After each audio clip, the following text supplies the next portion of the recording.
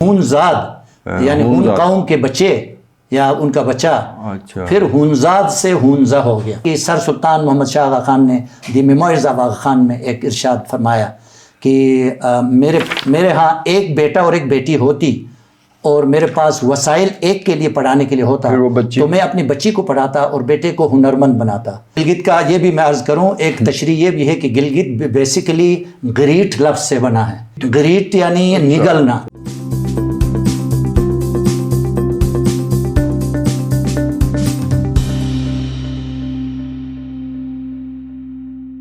بسم اللہ الرحمن الرحیم. ناظرین السلام علیکم. آپ دیکھ رہے ہیں آئی مین، پروگرام ہے ٹاکرا، اور ٹاکرا میں آج ہمارے ساتھ مہمان موجود ہیں. غلام قادر بیگ ہمارے استاد رہے ہیں، صحافی ہیں، لکھاری ہیں، مصنف ہیں، دانشور ہیں، اور اپنی زندگی کے ایک بڑا حصہ انہوں نے براڈ کاسٹنگ کے شعبے میں لگایا.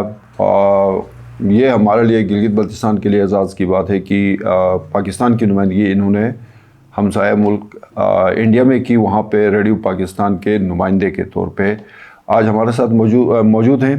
دوسری مرتبہ ہمارے اسٹوڈیو میں تشریف لائے ہیں، ہم ان کا شکریہ ادا کرتے ہیں. پہلی مرتبہ جو کتاب انہوں نے درویش شناسی کے حوالے سے کتاب لکھی تھی، تقریباً وہ بھی 600 پیجز کے حوالے سے، اس حوالے سے بھی ہم نے یہاں بلا کے ان کے ساتھ جو معلومات ہے وہ ہم نے شیئر کی تھی اپنے ناظرین کے ساتھ.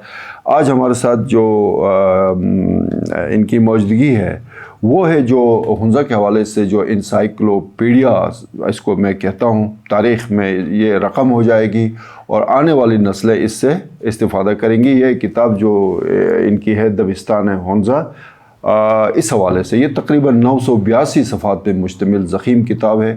اور آج ہم تھوڑی گفتگو کریں گے کہ یہ ابھی تک تھکے نہیں ہیں. کچھ لوگ 982 الفاظ لکھتے ہوئے وہ لرزتے ہیں، ان کے ہاتھ کانپتے ہیں، جبکہ 982 صفحات پر مشتمل کتاب لکھ کے انہوں نے نہ صرف ہنزا بلکہ پورے گلگت بلتستان کے قوم کی خدمت کی ہے. اس لیے کہ بہت سارے لوگ جو ہے نا ہنزا کے حوالے سے کسی بھی موضوع کے اوپر اس کتاب سے استفادہ حاصل کر سکتے ہیں. ویلکم کرتے ہیں سر آپ کو. نوازش جناب. یہ سر یہ 982 پیجز آپ نے لکھ ڈالے، اتنی عرق ریزی، اور اس عمر میں ماشاءاللہ آپ فٹ تو ہیں لیکن اس کے لیے بہت زیادہ محنت چاہیے. یہ کن مراحل سے گزر کے کتاب آج ہمارے ہاتھوں میں ہے؟ ایمان شاہ صاحب، سب سے پہلے پروردگار عالمین کے حضور میں شکر گزاری ہے کہ اس کی توفیق اور مدد کے بغیر کوئی کام مکمل نہیں. اور پھر قلم کے حوالے سے یہ تو بہت ہی خاص کام ہے. یقیناً گزشتہ سال 2 سال پہلے درویش شناسی کتاب آپ نے یہاں ایک لحاظ سے اس میڈیا پہ لانچ کیا، اور اب یہ دبستان ہنزا. سب سے پہلے میں یہ عرض کروں گا کہ دبستان فارسی لفظ ہے، اس کو تھوڑا سا ایکسپلین فارسی کرنا لفظ پڑے گا. ہے، لیکن یہ کہ اردو میں یہ وارد ہے، استعمال ہوتا ہے. اور دبستان کا مطلب اسکول، مکتب، کالج، یونیورسٹی. اچھا. تو اس میں ایک کنسیپٹ ہے کہ جو لوگ ہنزا فزیکلی آ کے دیکھ نہیں سکتے، اس کی تاریخ کو، اس علاقے کے باشندوں کو دیکھ نہیں سکتے، وہ اس دبستان کے ذریعے، اس کتاب کے ذریعے وہ ہنزا سے متعارف ہو سکتے ہیں، یعنی اس سے آشنا ہو سکتے ہیں. تو ایک تو یہ بات ہے بیک گراؤنڈ. ٹھیک ہو گیا. دوسری بات یہ کہ چونکہ ہنزا یہاں کا ہر علاقہ اہم ہے، اس کی تہذیب و تمدن، تاریخ. اچھا یہ بھی سوری تھوڑا یہ بھی ایکسپلین کریں کہ ہنزا تو ہم ملا کے لکھتے ہیں نا، ہے نون زے اور چھوٹی ہے ہنزا لکھتے ہیں. آپ نے یہاں پہ ہے واو نون زے اور الف لکھا، ہنزا لکھا. بس اس کی وجہ تسمیہ اندر بیان ہے. اچھا. کہ ہنزا سے مراد ہون قوم جو سب سے پہلے آ کے وہ آباد ہوئے التت کے مقام پہ، ہونو کشل کہلاتا ہے. کشل مطلب وہ مقام جہاں وہ رہتے ہیں. تو ہونو مطلب ہون قوم کا وہ مقام جہاں وہ بس گئے. اسی سے ہنزا بن گیا. مطلب یعنی ہونزاد یعنی ہون قوم کے بچے یا ان کا بچہ، پھر ہونزاد سے ہونزا ہو گیا. اچھا، ہونزاد سے ہنزا ہو گیا. زبردست. تو یہ ایک مطلب تاریخی تشریح ہے. تو یہ اس کتاب کے ضخیم ہونے کی کئی وجوہات ہو سکتی ہیں، کیونکہ ہم نے کوشش کی ہے. چونکہ سب سے پہلے یہ میں وضاحت کروں کہ یہ کتاب صرف میری نہیں ہے، میرے چچیرا بھائی مرحوم غلام رسول بیگ, وہ بہت ہی قابل اللہ پاک ان کی مغفرت فرمائے, بہت ان کی انیشل کہیں پہ انہوں نے آپ کے لیے کوئی وہ کام کیا تھا بالکل انیشل سٹیج پہ. جی ہاں, انیشل سٹیج میں ان کا مسودہ انہوں نے بھیجا کہ اس کو ایڈٹ کر کے کتابی شکل دیں. تو میں نے محسوس کیا کہ وہ ہنزا کی تاریخ اور تہذیب و تمدن پہ شاید اس میں کمی تھی. تو پھر میں نے ایک دوست کا سہارا لیا, ڈاکٹر شاہد محمود, ان کو بھی شامل کر کے ہم نے اس پروجیکٹ کو جوائنٹلی اس کو مکمل کیا. اور ظاہر ہے کہ اس میں کئی مشکلات پیش آئیں, اور اس میں سب سے پہلے نسل آدم کا ارتقاء, یہ ایک بہت امپورٹنٹ سبجیکٹ ہے کہ آدم کی اولاد کس طرح ترقی کر کے بیولوجیکلی اور پھر یہ کہ کلچرلی ڈیولپ ہو کر اس مقام تک کیسے آئے. پھر گلگت کی اپنی تاریخ ہے, کیونکہ ظاہر ہے کہ گلگت سے باہر جو بھی تہذیبیں ہیں وہ گلگت سے لنکڈ ہیں. تو گلگت مرکز رہا, گلگت مرکز رہا جنگوں کا ایک لحاظ سے, ہر لحاظ سے, تجارت کے لحاظ سے, جنگوں کے لحاظ سے, اور یہ کہ گزرگاہ کے طور پہ یہ مشہور تھا. یعنی چترال گیٹ وے سمجھ لیں, اس کو گیٹ وے سمجھ لیں, گیٹ وے کہہ سکتے ہیں. تو بلکہ گلگت کا یہ بھی میں عرض کروں, ایک تشریح یہ بھی ہے کہ گلگت بیسیکلی گریٹ لفظ سے بنا ہے. اچھا, گلگت غریٹ, گریٹ یعنی نگلنا, غریٹ نگلنا, یہ ایک تشریح ہے, کوئی اسے اختلاف بھی کر سکتا ہے. غریٹ تھوڑا سا کھینچ کے بولے شنا میں بنتا ہے, نہیں تھوڑا شارٹ بولے تو بروشسکی میں بنتا ہے. غریٹ بروشسکی میں بنتا ہے, غریٹ شارٹ ہے, غریٹ یعنی اس کو نگلنا. نہیں بروشسکی میں غریٹ نہیں کہتے, غریٹ کہتے ہیں. نہیں غریٹ. اچھا غریٹ, غریٹ بھی ہے, غریٹ یعنی آستہ سے نگلنا, غریٹ اچانک, لیکن یہ شنا میں بھی غریٹ ہی بولتے ہیں شاید. تو غریٹ کا مطلب نگلنا. کہتے ہیں کہ باہر سے جو بھی آیا, یا یہ کہ ان کو مقامی لوگوں نے ان کو غریٹ کیا. اچھا, ان کو بسایا یا نہیں, اس کو دونوں طرف سے لیا جا سکتا ہے, دونوں طرف سے, ان کو قبول بھی کیا یا انہوں نے آ کے ان کو غریٹ کیا, یا انہوں نے ان کو غریٹ کیا. تو غریٹ سے مطلب یہ لفظ بگڑ کے گلیت ہو گیا, پھر گلگت ہو گیا. اچھا, یہ ایک تشریح ہے. اس کو میں نے درویش شناسی میں لیا ہے, اس سے قبل کی کتاب میں تشریح کیا. تو بہرحال کہنے کا مطلب یہ کہ گلگت کے اوپر بھی ایک سبجیکٹ ہے اس میں, اس کتاب میں. اچھا, گلگت کا انتخابی نظام اور گلگت بلتستان کا, اور سیاسی جو مرکز ہے اس حوالے سے. تو اس پہ تھوڑا سا روشنی. سر یہ کتنا عرصہ لگ گیا اس کتاب کو؟ 8 سال لگے, 1000 پیجز لکھ کے یہاں تک 8 سال لگے.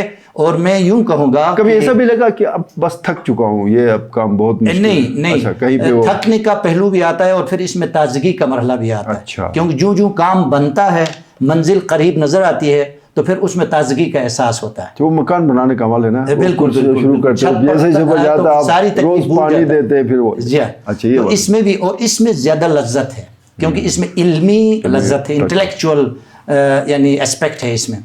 تو اس حوالے سے ہم نے دیکھا کہ اس کو ہم نے چاہا 500 کریں, 600 پیج پہ کریں, لیکن جس وقت کے ساتھ جو امپورٹنٹ چیزیں آ گئیں, ہوتے 1000 پیج ہو گئے. سر کوئی چیز کسی کے لیے چھوڑی ہی نہیں نا, یہ تو ایسا ہی ہونا تھا. بہرحال تو یہ تھوڑا سا میں عرض کروں گا, نسل آدم کا ارتقاء ایک تو یہ ہے. اس کے بعد ہنزا کی تاریخ ہے, اجمالی تاریخ اور تفصیلی تاریخ ہے. اس میں ایک نئی بات ہم نے یہ ڈالی ہے کہ جو سب سے پہلا حکمران تھا, دیگر کتابوں میں سب سے پہلا حکمران اس کو گرکس قرار دیا جاتا. سر آپ نے یہاں شروع کیا نا, شجرہ جو نسب ہے اس کا شری بدت تھا گرکس میں. یہاں سے آپ نے راجہ بغرتھم, پھر وہ غورتھم سے لے کے شری بدت سے لے کے پھر یہ نیچے آ کے آذر جمشید, پھر ملکہ نور بخت آ جاتا ہے, پھر شہزادہ جو جس کا نام جو بھی آیا ہے راجہ سو ملک ہے, یا اس طرح نیچے لا کے یہ اینڈ پہ جو آ رہا ہے راجہ چلس خان, پھر اس کے 2 بانجے گرکس اور مغلوٹ. یہاں سے پھر وہ ہنزا اور نگر کا ایشو آ جاتا ہے, کا جو ہے نا وہ سٹیٹ شروع. مطلب یہ ہے کہ راجہ چلس خان کے دونوں بانجوں میں سے ایک کو نگر, ایک کو ہنزا بھیجا گیا. دونوں چاہتے تھے ہنزا لے, لیکن ہنزا والے اندازے میں جو ہے اس وقت بھی ہنزا کوئی چوائس تھی, چونکہ وہاں دھوپ پڑ, اس زمانے میں سردی بہت ہوتی تھی, فصلوں کا بھی ان کا پیداوار بھی کم ہوتا تھا جہاں دھوپ نہ پڑے. تو سر اس حمزہ بھی در وہ شری بدت سے گرکس تک کا یہ جو ہے وہ گرکس بھی شری بدت کے ہی نسل سے لے, یا شری بدت کی جو ہے نا تھوڑی سی الگ سے اس کو؟ میرے خیال شری بدت بدھ مت تھا, اس کا خاتمہ ہوا, تو جمشید سے جو ہے نا پھر سلسلہ شروع ہوا نا. اچھا یہ یہاں سے نیا شروع ہوا, آذر جمشید سے پھر نیا شروع ہوا. تو یہ کہتے ہیں شری مدد کے بعد پھر ایران سے آیا تھا اور یہاں سے پھر نیچے آ کے سلسلہ نیچے چل رہا تھا. تو یہ ہوتے ہوتے پھر ہم نے ایک نئی بات یہ ڈالی ہے, اگرچہ کئی کتابوں میں ہے, کسر دیواکو.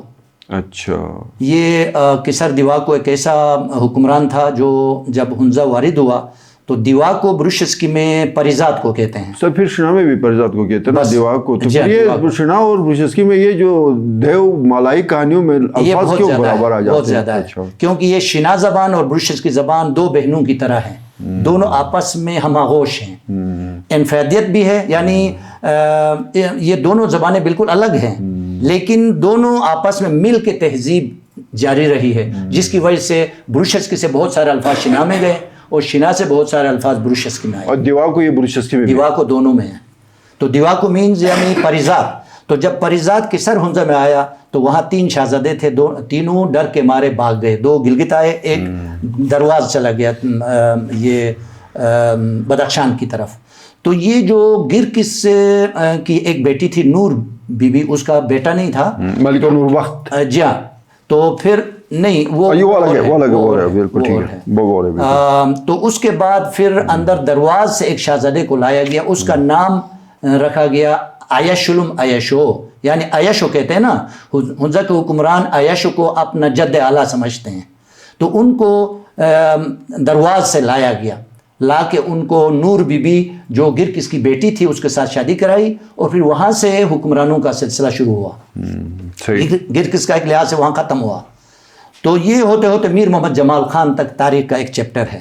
اس کے بعد پھر ایک چیپٹر یہ کہ ہنزا میں اسلام کی روشنی کیسے آئی.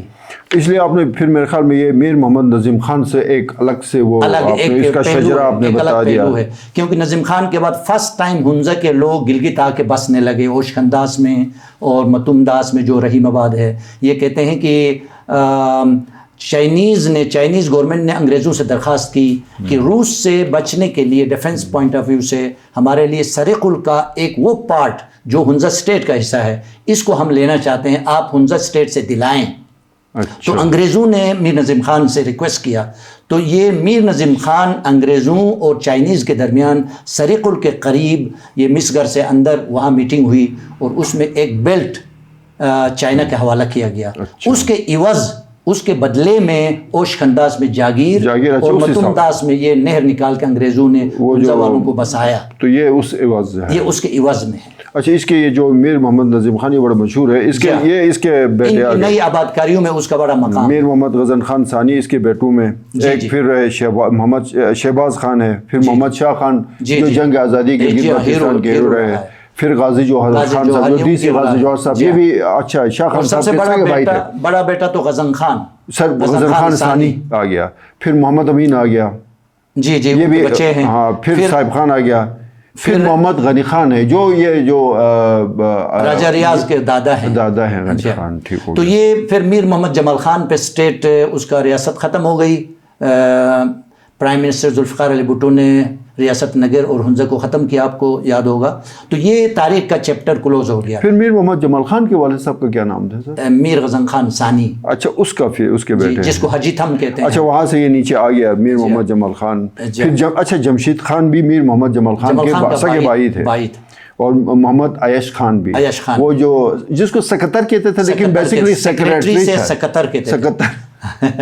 سیکریٹری جو انگریزی لفظ تھا وہ بگڑ کے سکتر بن گیا وہاں پہ. اچھا اچھا, ٹھیک ہو گیا سر.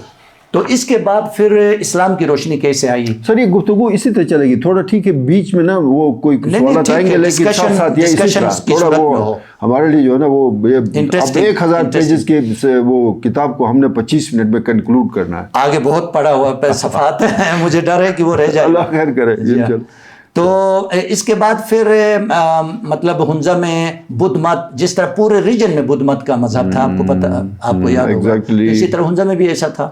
تو پھر بلتستان سے جب عیش ثانی نے شادی کی, بلتستان کی ایک شہزادی سے, شاہ خاتون اس کا نام تھا, تو ان کے ساتھ کچھ اخند تشریف لائے ہنزا میں, تو ان کے ذریعے پھر فرسٹ ٹائم اسلام کی روشنی آئی. اچھا, پھر بعد میں میر سلیم خان کے زمانے میں میر سلیم خان خود بدخشان جا کے جلاوطن ہوا اپنے بھائی کے حوالے سے. تو وہاں انہوں نے ایک اسماعیلی دائی سے تعلیم لے کے وہ اسماعیلی بن گیا، میر سلیم خان سے. سلیم خان نے بیسیکلی وہ پہلا اسماعیلی منظم ہے، جو راجہ جو یا حکمران خاندان حکمران. لیکن وہ اپنے زمانے میں 35 سالوں میں اس نے اس کنسیپٹ کو، اس فکر کو عوام میں نہیں پھیلا سکے وہ. تو بعد میں شاہ غضنفر، میر غضنفر علی نے بدخشان سے ایک دائی کو بلا کے ان کے ذریعے پھر ہنزہ میں اسماعیلی تبلیغ دعوت شروع. تو اس کا مطلب یہ وہ اثر کہ یہ جو پورے گلگت بلتستان نہیں کہہ سکتے ہیں، یہ ہمارے دیامر میں تو ہمارے جو سوات اور وہاں سے آ کے اسلام کی تبلیغ ہوئی، لیکن باقی ریجنز کے اندر بلتستان اور گلگت کے جو دیگر علاقے ہیں وہاں پہ پھر ایران سے کشمیر سے بلتستان سے گلگت، اور یہ جو ہمارے جن کو ہم کہتے ہیں کیا زیارات کہتے ہیں، یہ شاہ بریا ہے، سید شاہ ولی ہے، حسینی کا وہ آستان ہم کہتے ہیں. اچھا، وہ وہاں سے بیسیکلی وہ آگے تبلیغ کر رہے تھے. جی وہ اپنے وقت کے مبلغ تھے، تو انہوں نے جگہ جگہ تبلیغ کی، دعوت کی، اپنے فالورز کو ایجوکیٹ کیا، روحانی شعور دیا، اخلاقی تعلیم دی. تو اس طرح اسلام کی روشنی. اور زیادہ تر شیعہ اثناعشری مذہب پہ آ گئے. اس کے بعد میر سلیم خان نے اپنے آپ کو اسماعیلی کمیونٹی میں کنورٹ ہو گئے. اس کے بعد پھر تبلیغ جو ہو گئی وہ پھر کس کے دور میں ہوئی؟ یہ میر غضنفر کے زمانے میں وہ پھر سید یاقوت شاہ مبلغ لے کے آئے، دائی لے کے آئے، پھر اس کے ذریعے اسماعیلی فکر پہلا جو دائی رہا ہے ہنزہ میں تبلیغ کے حوالے سے سید یاقوت شاہ نے. اس کے بعد چترال سے سید عبدالحمید آئے، شناکی میں انہوں نے پھر اسماعیلی دعوت کی.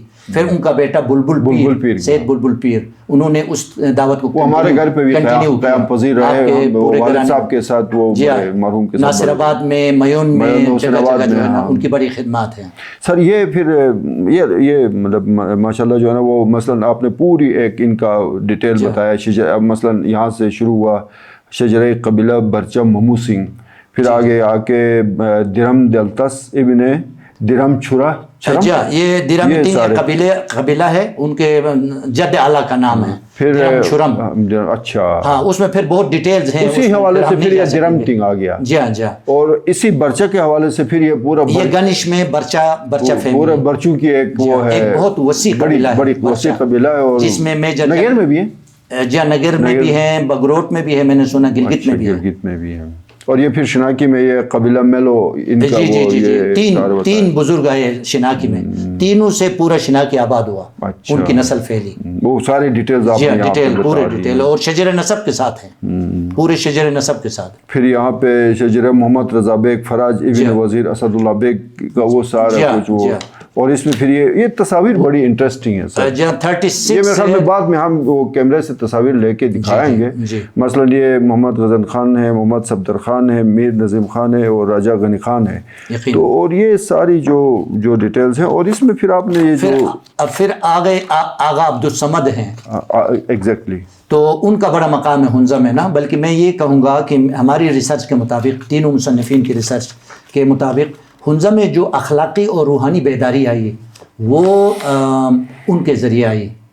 اور یہ جو آپ نے اس کا ذکر، آپ نے یہ جو چیپٹر آپ نے لکھا ہے روشن مینار، اس کے اندر یہ سارا پھر آپ نے بتا دیا ہے کہ یہ دو اماموں کے بارے میں ہے، ہز ہائنس پرنس کریم آغا خان اور سر سلطان محمد شاہ آغا خان. ان دونوں کا برصغیر کے مسلمانوں کے لیے کیا خدمات، اور پاکستان بنانے میں ان کا کیا خدمات، پھر پاکستان کو اقتصادی معاشی طور پہ مستحکم کرنے میں ہز ہائنس پرنس کریم آغا خان استحکام پاکستان میں.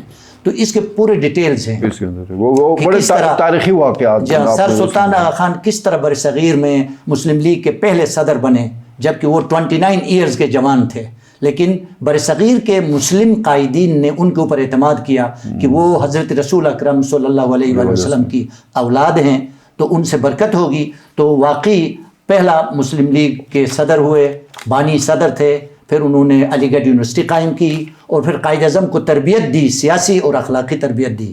اور پھر قائد اعظم نے، علامہ اقبال، دونوں نے پھر پاکستان بنانے میں بنیادی کلیدی کردار ادا کیا. پھر اگین آگے چل کے شجر نسب قبیلہ حجیکوتس آ گیا ہے جس کے پورے ان کے سب کے وہ ڈیٹیل کوئی 14-15 شجرے ہیں. پھر شجرہ قبیلہ آفتاب خرکوس کا آ گیا. پھر گوجال کا ہے, گوجال کو میں نے کافی ڈیٹیل سے کور کیا ہے. مسگار کی تاریخ ہے اس میں, شمشال کی تاریخ ہے کس طرح آباد ہو گئے, اور چپرسن کس طرح آباد ہوا, گولمیت اور فسو کس طرح آباد ہوا, شناکی کس طرح آباد ہوا, مرکزی بالتیت آلتیت گنش کس طرح آباد ہوئے, حیدرآباد کس طرح آباد ہوا, علی آباد کس طرح ہوا, احمد آباد, مرتضی آباد, یہ کس طرح اس زمانے میں جب کہ وسائل نہیں تھے تو لوگوں نے بڑی محنت سے جفاکشی سے نہریں کھود کر ان علاقوں. پھر یہ مشاہیر ہونزہ میں, اب ہم اس کو ہونزہ ہی پڑھے نا سر آپ کے مطابق, ہم نے جان کے سوچ کے الف لگایا ہے, نہیں وہ بٹ اس پہ ڈیبیٹ ہوگی, لیکن یہ ہے ریسرچ میں آپ کو پتہ ایک آئیڈیا نہیں ہوتا, کئی آئیڈیاز ہوتے. سر اس میں مشاہیر ہونزہ میں پھر آپ نے جو بہت پرانے بزرگوں کی خدمات 150 پورا ان کا آپ نے عہد قدیم اور عہد جدید, اس کے جو نامور شخصیات جنہوں نے کارنامے کیے حنزہ کے اندر اور حنزہ سے باہر. مثلا گلگت میں دیکھیں سینٹرل جماعت خانہ تعمیر کیا اس زمانے میں گلگت کے راجہ جعفر خان, اس کی تصویر زمین دی, اس کی تصویر ہے اور اس کی بڑی خدمات ہیں. اس کے ساتھ صوبیدار محبت اللہ بیگ, پھر ایک پنجاب سے آئے تھے انجینئر شیر علی, یہ تینوں جو زمانے کے چیف انجینئر تھے. تو تینوں نے یہ کام کیا. اس کا بیٹا سر مشہور وہ رہا نا, جی ہاں, وہ پینٹر رہا ہے نا, گلجی کے والد صاحب. اس کا شیر علی جو انجینئر تھا وہ یہاں چیف انجینئر تھا, وہ چیف انجینئر تھا. یہ 1930 کی بات. اور پھر جناب قدرت اللہ بیگ نے اس جو رکا ہوا کام تھا جماعت خانے کی اس کو مکمل کر کے میجر کوب جو پولیٹیکل ایجنٹ تھا جس کو کاپ صاحب اس کے ذریعے اس کا افتتاح کیا. تو یہ گویا مثلا یہاں پہ آپ نے سر راجہ سلطان علی استاد سلطان علی کی بڑی خدمات ہیں, جن کا وہ جنرل سلمان صاحب ہیں, ان کے والد گرامی کا آپ نے ذکر کیا ہے, رشید صاحب ان کا ذکر ہے, شیخ موسیٰ کریمی کا ذکر ہے, شیخ موسیٰ میں نے شیخ امیر علی کا ذکر ہے, شیخ مقبول حسین کا ذکر ہے. میں ویسے جنرل پڑھ لوں. اچھا اس کے بعد پھر آپ نے عصمت اللہ مشفق کا ذکر کیا ہے, پھر غلام عباس کا ذکر کیا ہے, پھر اس میں آگے چل کے حضور مقید درویش علی, دو نامور اہل سنت شہرباز, ہمارے دو میرے اور آپ کے دو مشترکات ہمارے تو بالکل استادوں کی طرح, شہرباز برچہ صاحب کا پورا اس کی پوری ڈیٹیل ہے. ہاں تو میں عرض کر رہا تھا چونکہ حنزہ میں تینوں مکاتب فکر کے لوگ, ظفر اقبال صاحب کو آپ نے ڈسکس کیا یہاں پہ. اچھا اس کے بعد پھر احمد جامی سخی کو ڈسکس کیا, حقیقت غالباً یہ بھی ہاں فس و گوجال کے ان کو ڈسکس کیا, نثار کریم کو کیا ہے. میں ویسے جلدی پڑھ رہا ہوں, بلبل نذیر ہے, کریم خان ہے, پھر حنزہ کے معروف خلفائے صاحبان کا ذکر ہے, ان کے سارے پورے ان کی پوری لسٹ ہے. اچھا پھر اس طرح میرے خیال میں یہ سر بہت زیادہ محنت ہے اس میں, کوئی شک و شبہ ان میں خصوصی طور پہ ایک جگہ پہ سر آپ نے سید یعقوب شاہ کی کوئی پیشگوئی کا آپ نے ذکر کیا, وہ میرے خیال نذیر صابر کا ہے. اچھا اس کے بعد پیشگوئی کی تھی, وہ صحیح ثابت ہوا. وہ اسکول میں داخلے کے لیے لایا گیا تھا اس کے والد نے, تو ان کے بارے میں انہوں نے کہا تھا کہ یہ مستقبل میں بہت عزت شہرت پائیں گے. تو وہ واقعی ماؤنٹ ایوریسٹ کو بلندیوں تک پہنچ گئے نا سر. سمینہ بیگ صاحبہ کا کرنل شیر خان جو صدر لغاری جب پریزیڈنٹ تھے اس کے جو ہے نا وہ ایم ایس تھے, ملٹری سیکرٹری رہے کرنل شیر خان صاحب. ان میں خواتین کا بڑا ذکر ہے, جو نامور خواتین ہیں, جو شمشال کی جو بچی کیا نام ہے خاتون, سمینہ بیگ جو سمینہ بیگ کا ذکر ہے. پھر ڈیانا بیگ کا ذکر ہے جو پاکستان کرکٹ ٹیم کا حصہ ہیں, بلتستان کی واحد کرکٹر ہیں. ختیجہ خان صاحب, انیتا کریم ہیں جو یہ پورا چیپٹر ہے حنزہ کی نامور خواتین کا پورا آپ نے ایک چارٹ بنایا, وہ پورا ڈاکٹر پروین کا ہے. عتیقہ صاحبہ کا ذکر جنہوں نے ترقی کا دہارا موڑ دیا. اس چارٹ کے مطابق آگے ان خواتین کا آپ نے ڈیٹیل میں ذکر کیا, تعلیم کے لحاظ سے, ہنر کے لحاظ سے. یہ ملکہ بی بی غورس, یہ پہلا نام میں نے سنا. یہ ملکہ بی بی غورس ہیں, پھر بی بی سبیحہ ملکہ میر غزن خان. اچھا یہ ان کی اہلیہ جو میر غزن خان ثانی کی اہلیہ, میر جمل خان کی والدہ مرڈر ہوا, جو سید زادی تھی اور مرڈر ہوا. اس میں بعد میں وہ میر صاحب بہت پچھتائے, میر غزن خان بہت پچھتائے, اور بس کسی کی دشمنی میں کسی نے غلط ان کے ذہن دل میں کوئی غلط فہمی پیدا ہو گئی. سر پھر منلی ہے، اس میں منلی کا ذکر ہے جو آپ کے فیملی میں سے تھی تو منلی. یہ جو یاسین میں ہونزائی کارنامہ سر، یہ قصہ بڑا لمبا ڈیٹیل ہے. میں تو نہیں کر سکیں گے لیکن ہے کوئی اس طرح کا ایشو ہے. جی ہاں بالکل. پھر کہیں ایک جگہ پہ ہنزا کے چند بہادر جوان، وہ پھر انشاءاللہ پھر جب ہم کتاب پڑھیں گے اس میں پھر جو کیا چیزیں آئیں گی ان کا ذکر ہے. ٹھیک ہو گیا سر. اور اس میں پھر یہ تھرابیگ درابیگ ثانی، جی ہاں جی مختلف شخصیات ہیں، کوئی 150 بہادر تھرا اس کو کہا جاتا تھا. اچھا پہلوان ابن مبارک کا بھی کئی ذکر ہے، ہنی قلعہ کو چھڑانے میں اچھا ان کا تھا. اچھا اچھا. پھر یہ تیہان شاہ خلیفہ تیہان کا وہ ذکر ہے. پھر یہ بڑا زبردست کام کیا سر آپ نے نا. یہ لفظ بیگ کا جو پس منظر، چونکہ ہم بیگ سر مطلب وہ جنرل اسلم بیگ سے لے کے آپ بھی بیگ ہیں تو ہم سب کنفیوز ہیں. بہرحال اس کو کیمرے کے بعد بھی آپ سے گفتگو کریں. یہ بیگ کا کیا ہے سر؟ لال بیگ بیسیکلی سردار کو، چلو یہ تو اچھا بیگ سردار کو، سردار کو بادشاہ کو. بیگ تو ہم وہ ہاتھ میں ہم لے کے پھرتے ہیں اس بیگ. ہاں وہ اردو میں تو دونوں بیگ وہی ہے لیکن انگلش میں ذرا BEG اس طرح تھوڑا سا فرق وہ بن جاتا. اچھا وہ بیسک اس کا بادشاہ والا کانسیپٹ ہے بیگ کا. یہ اصل میں سرقل کے علاقے سے یہ دیرامتنگ کا ایک ٹرائب تھا، اس نے اپنے بیٹے کی شادی وہاں سے خاتون سے کرائی، تو اس خاتون نے آ کے اپنے بیٹے کا نام بیگ رکھا. اچھا تو وہ کنسیپٹ جو یہ اپنا اچھا نیکی والا کام کیا کہ یہ سارے ادھر آ گیا. وہ یہ بیسیکلی پرشین لفظ ہے، بیگ ترکی زبان کا لفظ. ترکی زبان کا لفظ، وہ سردار کہتے ہیں اس کو. اچھا. شاہ ولی خان تغرل بیگ وغیرہ دیکھیں نا، وہ مغل اس میں بھی ہے، ارغل بیگ اور یہ آ جاتے ہیں ایگزیکٹلی وہاں کا لفظ ہے.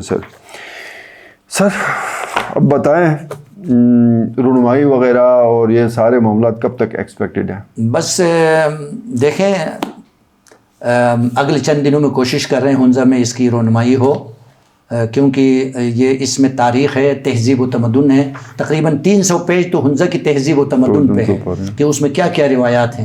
ایک پوائنٹ میں عرض کروں گا، اس میں ہنزا میں جو تیز رفتار ترقی ہوئی اس کا راز کیا ہے یہ ایکسپلین ہے. اس میں ایکسپلین ڈسکس کیا گیا ہے کیا کیا محرکات ہیں جس کی وجہ سے یہاں کے لوگ زیادہ جفاکش، زیادہ ترقی پسند، زیادہ تعلیم کو چاہنے والے. تو ظاہر ہے کہ سر سلطان محمد شاہ آغا خان نے دی میموئرز آف آغا خان میں ایک ارشاد فرمایا کہ میرے ہاں ایک بیٹا اور ایک بیٹی ہوتی اور میرے پاس وسائل ایک کے لیے پڑھانے کے لیے ہوتا تو میں اپنی بچی کو پڑھاتا اور بیٹے کو ہنرمند بناتا. تو اس کنسپٹ کو لے کے آگے کنسپٹ کو ہنزا والوں نے بہت سیریسلی لیا، اور سیریسلی لیا اس لیے انہوں نے بچیوں کو بھی اتنی اہمیت دی جتنے لڑکوں کو دیتے ہیں، جس کی وجہ سے انفرادی ترقی کی بجائے خاندانوں کی سطح پہ اور پورے ایریا کی سطح پہ ترقی جو ہے نا آگے بڑھی.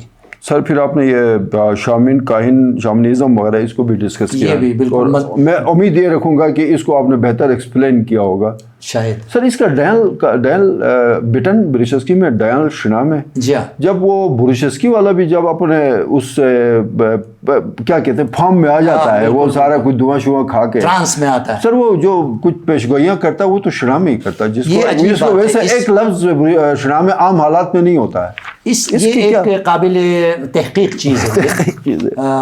تو کسی نے ویسے تھوڑے سے مذاق میں کہا کہ ساری پریاں شنا سپیکنگ ہیں. سر ہو سکتا ہے وہ مطلب دیو مالائی زبان جو ہے وہ شنا ہو، یہ ہو سکتا ہے کیونکہ یہ باضابطہ ایک مذہب تھا اس زمانے میں، شامنزم کا ایگزیکٹلی. تو یہ اس میں یہ بٹن اور دیل کا کنسپٹ آیا اور غیر معمولی ہے. ظاہر ہے تاریخ کے دھارے میں یہ چیز رہی ہے. سر سکھیزم کو بھی ڈسکس کیا ہے، بالکل دیوتاؤں کی کہانیاں سب کچھ. سر رہا کچھ بھی نہیں ہے. اور پھر یہ ساری تصاویر ہیں، یہ بہت پرانی اور ہسٹوریکل پکچرز ہیں اس کے اندر، بہت زیادہ. اس میں سجیشنز ہیں. اور پھر یہ نظام معیشت بھی ڈسکس کیا. جی نظام معیشت، نظام آپاشی، پیمائش کے جو بھی اس وقت آلات تھے. نظام ٹیکس کیا تھا اس زمانے میں. اچھا پھر مرکزی ہنزا کے لیے جو خان کل برن لکھا ہے. ہاں برین ایک نہر، بہت بڑی نہر کھودی گئی، اس کی ہسٹری ہے. اچھا جی مرکزی ہنزا میں. سر